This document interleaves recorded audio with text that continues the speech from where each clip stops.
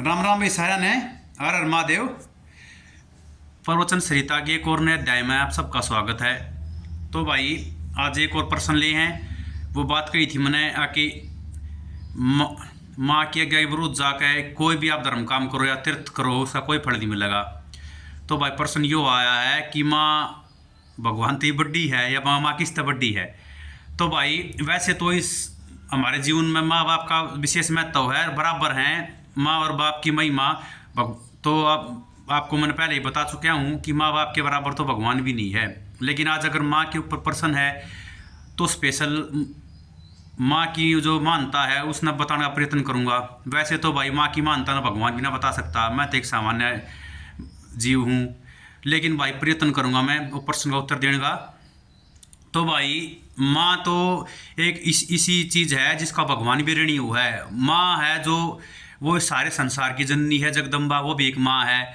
और माँ के गर्भ से ही भगवान ने जितने भी अवतार लिए हैं यो माँ का ये भगवान के ऊपर भी एहसान है कि उसने माँ ने भगवान को जन्म दिया और इस धरती पे माँ ही लेके आई है। मतलब पुरुष और प्रकृति मेल से सारा संसार बनाया है। तो पुरुष को पिता कहा गया है और आदि शक्ति जगदम्बा वो माता के रूप में है। और जो जिसने हमको हमारे को और आपको सबको जन्म दिया है वो माता भी जगदम्बा का स्वरूप है। उस माता का भी इस जीवन में विशेष महत्व है। तो भाई इसने समझाता ही मैं एक छोटे गीत की 2 लाइन लूँगा और भगवान कृष्ण का मैंने आपको उस दिन बताई थी वो उदाहरण भी दूंगा, आप तय समझाने का प्रयत्न करूँगा। तो वो इसमें क्या कहा गया, इसमें नो कहा गया कि माँ की किससे तो तुलना हो ही नहीं सकती। माँ तो बड्डे तो बड्डा तो बहुत दूर की बात से है, माँ के तो कोई बराबर भी ना है। और उसमें जो पहली पंक्ति उसने एक नाम समझने का प्रयत्न करियो। माँ के पुण्य से जगत बना है, ईश्वर को भी माँ ने जना है। माँ ममता का एक कलश है, जीवन ज्योति है, अमृत रस है। क्या अंबर और क्या ये धरती, माँ की तुलना हो नहीं सकती। युग आते हैं युग जाते हैं, माँ की महिमा दोहराते हैं। तो इसमें ने बताइए भाई यो धरती आकाश यो समस्त ब्रह्मांड या स्वयं भगवान माँ की तुलना किससे गलत संभव नहीं है। तो इसका एक आप अर्थ समझें। और भगवान कृष्ण का उदाहरण दिया था वो मैं बताऊं कि ये जो परब्रह्म भगवान विष्णु है उससे के साक्षात अवतार है भगवान कृष्ण है। और ये ऋषि मुनि ज्ञानी सारे जो कई कई जन्म तपस्या करते जिन्न हो जाए हैं वे भगवान नहीं जान पाते। और एक माँ की ममता किस प्रकार भगवान बांध ले है इस बात पर हम प्रकाश घेरेंगे। तो आपने जैसे देखा होगा कि भगवान ना तो आदमी शक्ति तो प्राप्त कर सका है ना ज्ञान तो प्राप्त कर सकता। तो वो माँ भगवान ने किस तरीके से बांध ले है। तो क्यों वो अपनी ममता के कारण अपने निश्चल प्रेम के कारण जो माँ के साथ हमारा शाश्वत रिश्ता है वो इस सृष्टि में किसी के साथ नहीं है, सबके स्वार्थ के रिश्ते हैं।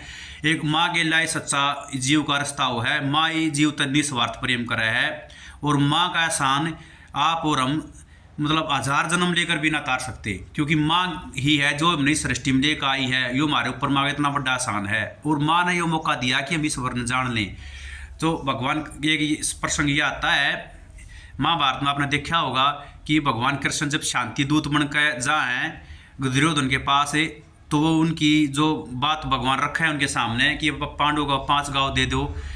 तो दुर्योधन उसने ठुकरा दे है और भगवान ने बांधने का प्रयत्न कराया, नुका बंदी बना लो। तो भगवान के अपने अंदर दिखावा है अपनी माया था भगवान कि सारा ब्रह्मांड पृथ्वी आकाश सब कुछ भगवान के अंदर है। तो भगवान ये कहे हैं कि मेरे अंदर इस सृष्टि को देख, पृथ्वी देख, ब्रह्मांड देख, चल हाथ बढ़ा कर साध मुझे, अगर हिम्मत है अगर तो बांध मुझे।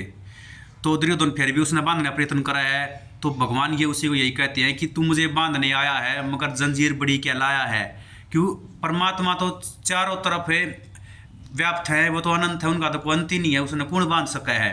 और वो ही परब्रह्म भगवान कृष्ण जब गोपिया के घर तो माखन चुरा के खाया करता तो माँ यशोदा ने उनको जब वो छोटे थे उखड़ दे बांध दिया था। वो ही भगवान कृष्ण माता की ममता में बंध गया था, एक उखड़ दे बंधे बंधे दो फारती रोता रहा था। तो यह माँ की ममता है। आप खुद देख लो कित शक्ति के मद में घमंड में अहंकार में चूर होकर दुर्योधन ने बांधने का प्रयत्न करा था, और कित एक माँ की ममता ने और उसके माँ के बेटे के पवित्र रिश्ते में, उस पवित्र प्रेम में भगवान स्वयं बंध गए। अरना तो भगवान आपने बेरा है, कौन बांध सका है? वो तो अनंत कोटि ब्रह्मांड के स्वामी हैं और इस चराचर जगत में कण कण में व्याप्त हैं। तो भाई इसका अर्थ मैं यो समझाना चाहूँ कि जो माँ है वो भगवान तक भी ऊपर है, और ये मेरे विचार हैं, मैं किसी पे ये चीज़ थोप नहीं रहा है। तो कोई भाई इसने वो भी कह सके हैं कि भगवान तो ऊपर कोई ना, लेकिन मेरे विचार में माँ तो भगवान से ऊपर माँ है, क्योंकि माँ कोई भगवान को भी सृष्टि में लाने वाली वो माँ ही है। और माँ की कृपा के बिना, मदद के बिना, और माँ ने अपनी कोख से इस भगवान को, राम को, भगवान श्री कृष्ण को जितने भी अवतार लिए हैं, भगवान विष्णु ने और भी किसी रूप में भगवान इस सृष्टि में आए हैं, तो उसका माध्यम हमेशा माँ ही बनी है। और भगवान भी माँ का प्रेम पाने के लिए तरसते रहे हैं। तो भाई मैं कहूँ माँ की छाँव में बैठेगा, माँ की सेवा करेगा, माँ की भक्ति करेगा, वो सब तीर्था तो ऊपर है, सब धर्मा तो ऊपर है, उस तो ऊपर कोई नहीं है। तो भाई एक यो प्रश्न भी था कि माँ बाप की सेवा करके भगवान ने पालेगा। हाँ भाई, माँ मतलब माँ बाप की सेवा कर का भगवान ने पा सको, लेकिन खाली भगवान के पीछे पड़े रहोगे और अपने माँ बाप का तिरस्कार करोगे, उनकी सेवा नहीं करोगे, तो भाई भगवान भी इस आदमी का मुंह मोड़ लेगा, भगवान भी उस आदमी का नहीं होगा। क्योंकि परमात्मा उसी का सबसे होता है। सबसे पहले जो अपनी माँ बाप की सेवा करे है, तो सब सच्चा सत्संग और सच्चा धर्म यो है। आप किससे भी आपने तीर्थ स्थान पर या धार्मिक स्थान पर आप घूमते रहोगे, लेकिन माँ बाप की सेवा तक विमुख रहोगे, तो आप किससे भी अच्छे कर्म, आपका कर्म नहीं गिना जाएगा, और आपका धर्म और जो पुण्य है वो हमेशा जीरो ही रहेगा।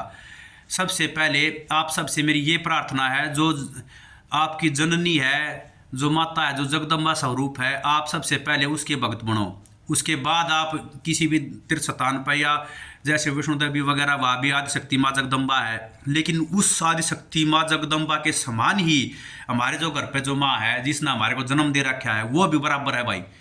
तो मेरा अभिप्राय यो है कि माँ बाप की सेवा है, जो माँ बाप सबसे पहले आए हैं, उसके बाद आप किसी भी धर्म कर्म न करने के अधिकारी हो।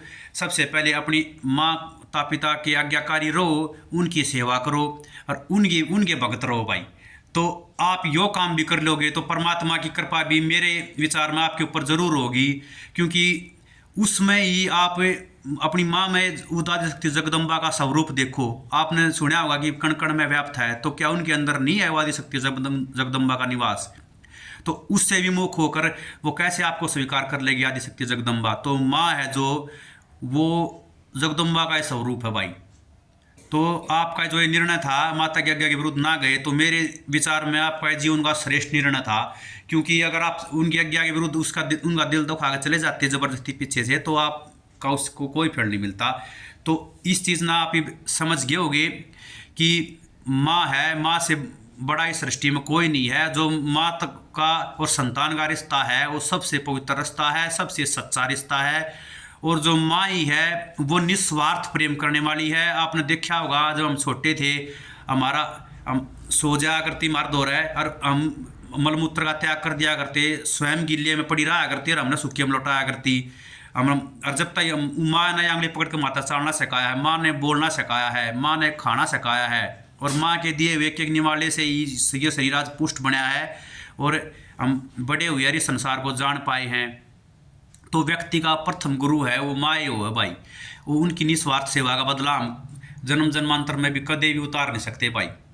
तो भाई आशा करता हूँ कि इस प्रश्न का उत्तर देने में मैं सफल रहा हूँगा। फिर भी मैं भी जाते समय भी यह बात कहूँगा कि जो माँ है वो भगवान के बराबर ही है। माँ को भगवान के बराबर ही समझें। सबसे पहले अपनी माँ की भक्ति करें, अपनी माँ की सेवा करें, उसके बाद परमात्मा का संतान है। माँ का संतान उन सबसे ऊपर है मेरे विचार में भैया। मेरे विचार में और आपके विचार में क्या है यह चीज़, इस चीज़ के लिए आप ज़रूर कमेंट करें। और अगर आपने यह वीडियो अच्छी लगी हो तो इसने लाइक करें और अपने मित्र और रिश्तेदारों के साथ भी ज़रूर शेयर करें। और भाई यूट्यूब पर देख रहे हो तो चैनल को सब्सक्राइब करें और फेसबुक इंस्टाग्राम पे फॉलो करें भाई। और आगे भी अगर किसी भाई का कोई प्रश्न है तो मैं उसका उत्तर देने का प्रयत्न करूँगा। सब पे ईश्वर की कृपा बनी रहें। एक और नई वीडियो में फिर मुलाकात होगी, तब तक के लिए हर महादेव, जय श्री राम।